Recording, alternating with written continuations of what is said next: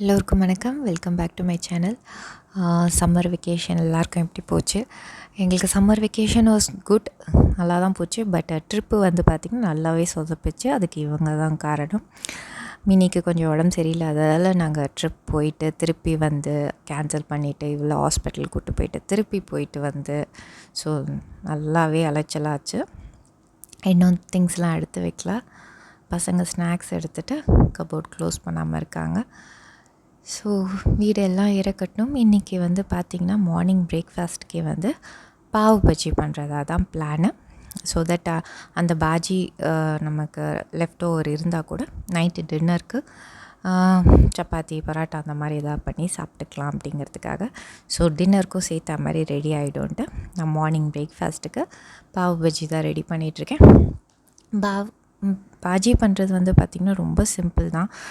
நம்ம வெளியே எப்படி ஸ்ட்ரீட் ஃபுட் ஸ்டால்ஸில் சாப்பிட்றோமோ கிட்டத்தட்ட அதே மாதிரி தான் இருக்கும். பெரிய டிஃப்ரென்ஸ் இருக்காது. அவங்க நிறைய பட்டர் யூஸ் பண்ணுவாங்க. உங்களுக்கு எப்படி விருப்பமோ, நிறைய பட்டர் வேணும் வேண்டாங்கிறது அவங்கவுங்க விருப்பத்துக்கு ஏற்ற மாதிரி நம்ம வீட்டில் பண்ணும்போது அட்ஜஸ்ட் பண்ணிக்கலாம். அதே மாதிரி காரம் கூட நம்ம அட்ஜஸ்ட் பண்ணிக்கலாம். நான் வந்து கலருக்கு பார்த்திங்கன்னா வந்து நம்ம பீட்ரூட் வந்து ஒரு 2 துண்டு, இந்த காய்கறிகள் நம்ம என்ன காய்கறிகள் போடுறோமோ அதோட ஒரு 2 துண்டு மட்டும் பீட்ரூட் ஆட் பண்ணிக்கிட்டால் நல்லா கலர் வரும். இந்த கடைகளில் கிடைக்கிற மாதிரி, இல்லைனா காஷ்மீரி ரெட் சில்லி போடுற அந்த மாதிரி யூஸ் பண்ணி அந்த எக்ஸ்ட்ரீம் ரெட் இருக்கு இல்லையா, பாஜி நம்ம கடையில் சாப்பிடும் போது எப்படி இருக்கோ அந்த மாதிரி கலர் கொண்டு வரலாம். பட் நான் வந்து வீட்டில் பண்ணும் போது அதெல்லாம் யூஸ் பண்ணுறதில்ல.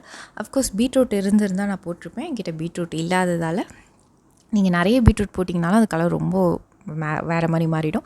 சும்மா ஒரு 2 துண்டு மட்டும் ஆட் பண்ணும் போது கலர் வந்து உங்களுக்கு அந்த ஸ்ட்ரீட்ஸ் ஃபுட்டில் எப்படி கிடைக்குமோ அதே மாதிரி கிடைக்கும்.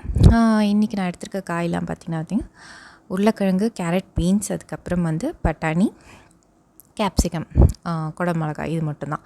நம்ம குக்கரில் வந்து கொஞ்சமாக எண்ணெய் சேர்த்து பாவ் பஜ்ஜி மசாலா 1 டீஸ்பூன் மாதிரி ஆட் பண்ணி அதில் இந்த காயெலாம் நம்ம நறுக்கி வச்சுருக்க காயெலாம் ஆட் பண்ணிக்கலாம். நீங்கள் வந்து காய் வேக வைக்கும் போது கொஞ்சோண்டு அந்த பாவ் பஜ்ஜி மசாலாவும் சேர்த்து நம்ம வேக வைக்கும் போது இன்னும் ஃப்ளேவர் நல்லாயிருக்கும். அதுக்கப்புறம் வந்து பார்த்திங்கன்னா நீங்கள் தண்ணி கொஞ்சம் தாராளமாகவே விட்டு கூட நம்ம குக்கரில் காயை வேக வச்சு எடுத்துக்கலாம்.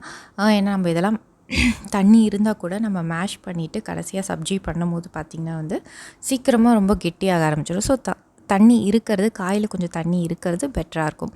உப்பும் கொஞ்சமாக பாவ் பஜ்ஜி மசாலா, ஆயில், இந்த ஸ்டேஜ்லேயே கூட நீங்கள் பட்டரை ஆட் பண்ணி, நான் ஆயிலுக்கு பதிலாக பட்டரே யூஸ் பண்ணி கூட பண்ணலாம். ரொம்ப ரொம்ப ரிச்சாக வேணும், ரொம்ப நிறைய பட்டரியாக வேணும்னா அப்படி யூஸ் பண்ணலாம். நான் அப்படி பண்ண மாட்டேன்.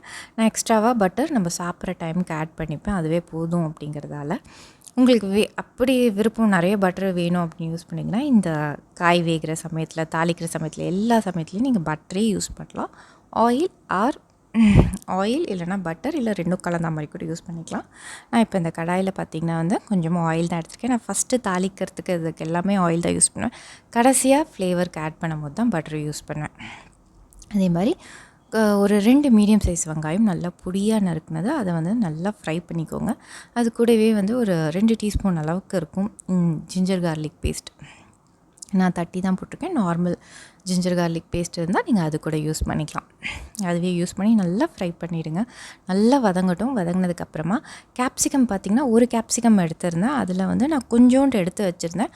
ஏன்னா நம்ம இப்போ வதக்கி தாளிக்கும் போது கொஞ்சம் கேப்சிகம் ஃப்ரை பண்ணோம்னா இன்னும் ஃப்ளேவர் நல்லாயிருக்கும் அப்படிங்கிறதுக்காக கொஞ்சம் எடுத்து வச்சுருந்து அதை ஃப்ரை பண்ணிட்டேன். அதுக்கப்புறம் 2 மீடியம் சைஸ் தக்காளி, அதை வந்து நான் அரைச்சி எடுத்துக்கிறேன். ஃபைனாக சாப் பண்ணியும் போடலாம். அரைச்சி எவ்வளோ ஸ்மூத்தாக நல்லா மஷியாக இந்த கிரேவி வருதோ அவ்வளோ நல்லாயிருக்கும். பாவ் பஜ்ஜி அப்படி தான் இருக்கும் இல்லையா? ஸோ நான் அதனால் தக்காளி அரைச்சே கூட ஆட் பண்ணுறேன். பெரும்பாலும் அது நல்லா பொடியாக நறுக்கி கூட போடுவாங்க. எனக்கு அரைச்சி போடுறது தான் கம்ஃபர்டபுளாக இருக்குது தக்காளி, அதனால நான் அரைச்சி போடுறேன். அரைச்சி போடுறது பெட்டர் ஆப்ஷன் தான். உப்பு நம்ம ஆல்ரெடி காய் வேக வைக்கும் போது உப்பு போட்டிருக்கோம். ஸோ அதையும் கேல்குலேட் பண்ணி நீங்கள் உப்பு சேர்த்துக்கோங்க. நல்லா குக் ஆகட்டும். தக்காளியும் நல்லா குக் ஆனதுக்கப்புறமா மசாலா பார்த்திங்கன்னா வந்து கொஞ்சமாக மஞ்சத்தூள் இஸ் அகெயின் ஆப்ஷனல் தான். இது நல்லா ரெட் கலர் தான் கொடுக்க ட்ரை பண்ணுவாங்க கடைகள்லாம். காஷ்மீரி ரெட் சில்லி பவுடர் மட்டுமே போட்டு யூஸ் பண்ணுவாங்க.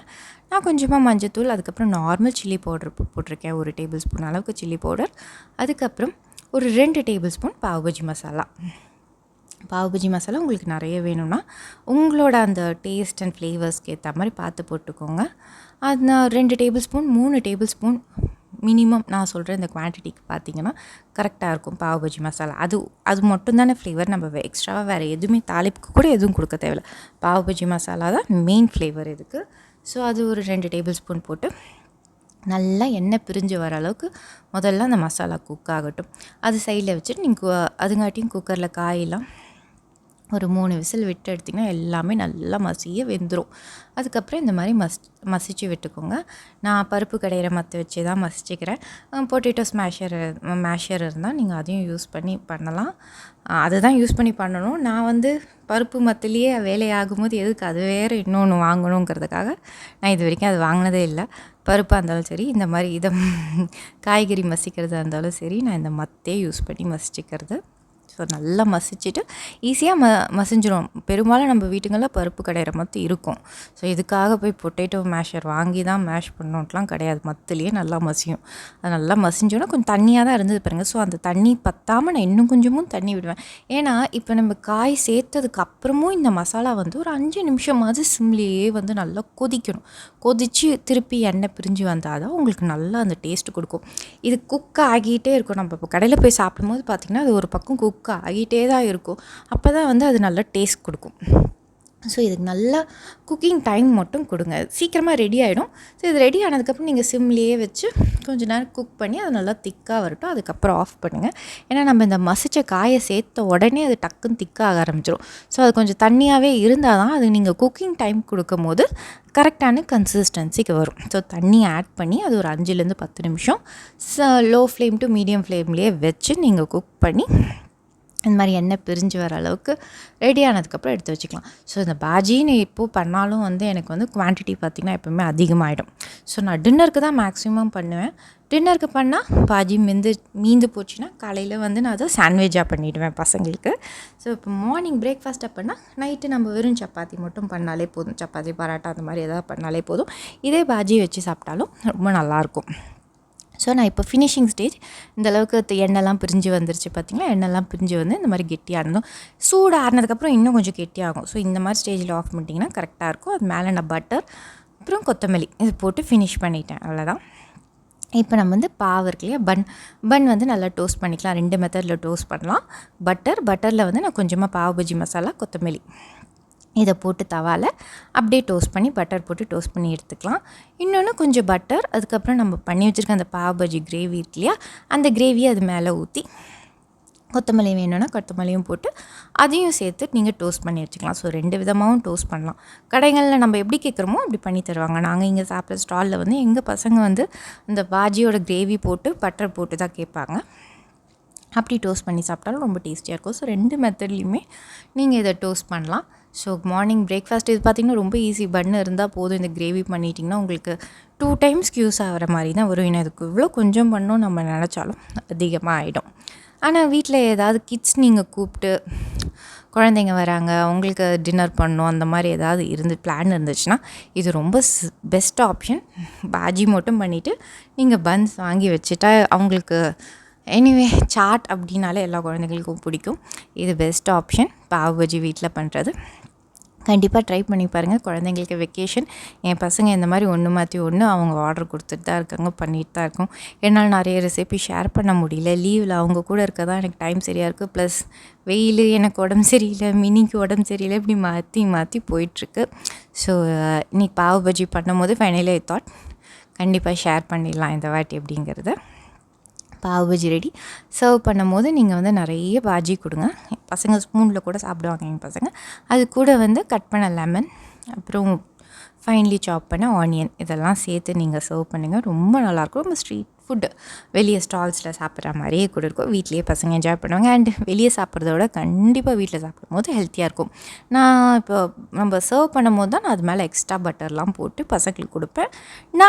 நானும் சரி எங்கள் ஹஸ்பண்டும் சரி எக்ஸ்ட்ரா பட்டர் போட்டுக்க மாட்டோம், இருக்கிறது போதும் அப்படின்ட்டு. ஆனால் குழந்தைங்களுக்கு அப்படி இல்லை, நீங்கள் போட்டு கொடுக்கலாம். அதனால தான் நான் ரொம்ப ஓவர் பட்டரியாலாம் பண்ண மாட்டேன்.